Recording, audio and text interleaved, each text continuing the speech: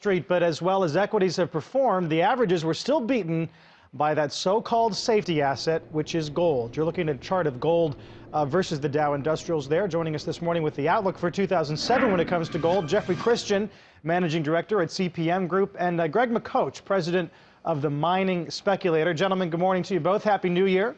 Happy New Year to you too. Happy New Year. Jeff, a lot of people probably wishing they had listened to some of these gold bugs at the beginning of the year. It's up 23%, highest close for the front month since the beginning of this month. Can we repeat that in 07? Well, it depends on how you measure it. We're looking at average prices. Excuse me. Our expectation is that the gold price probably will be very strong in the first half of the year, and you could see some softening in the second half depending on what happens in terms of international politics. Explain what you mean by that. What would cause a pullback? Well, one of the things that, the world economy and the U.S. economy in general are in pretty good shape. Our major concerns have to do with the oil market and international politics as they apply to the oil market and consequently flow through to the broader economy.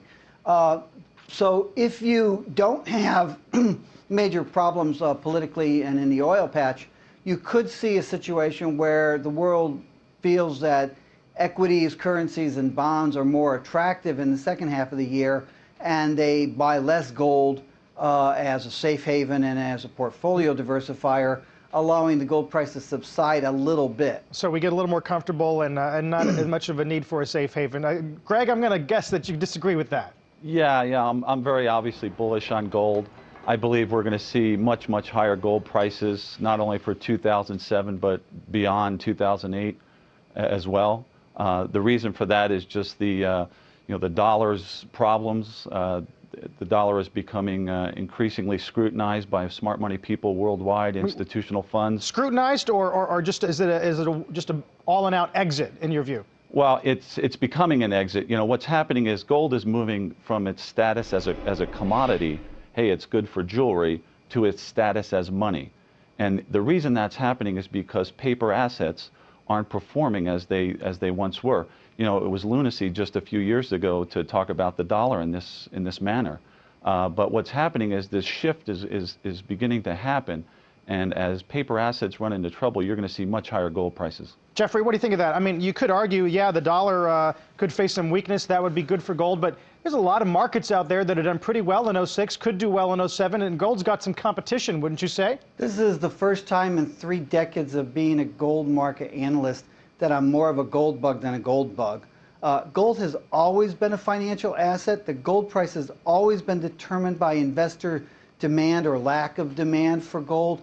Gold's jewelry use in jewelry follows the price. The price is determined by investors.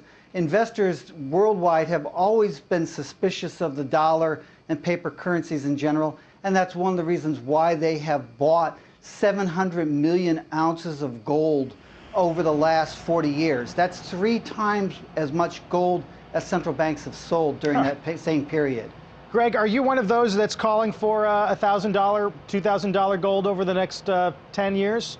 Absolutely. I see gold comfortably in 4-digit territory in the next 12 to 24 months. 12 to 24 months at $1,000?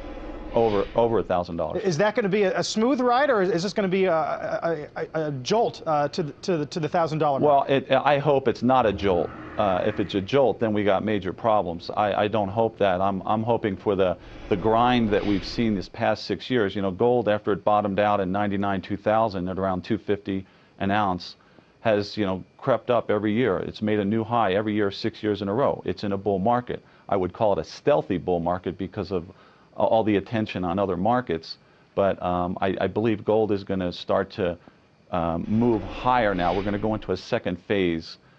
This first phase was kind of more of a grind. Let's hope that grind continues, but it will probably increase in stature, and it'll take gold over $1,000 an ounce, I believe. So Greg, if gold goes over $1,000 an ounce, what are we looking at in terms of other indicators? What's the oil price? What's inflation going to be running? How low is the dollar going to be sinking by the implication that everyone's left it to get into gold? Yeah, I think what happens as that exit happens, what people need to understand is they call it precious metals because it's really so rare. If you took all the physical gold that exists above ground in the world, and melted it into one giant cube, that cube would measure 20 yards by 20 yards by 20 yards. It's a tiny market. You know, the market cap of all the gold producing companies in the world doesn't even equal the market cap of Cisco Systems or McDonald's. So what people need to understand about this is these markets are so small. And when the masses, even a small percentage of the masses, 5%, make a move into gold, it will take the prices much, much higher just because it's such a small market.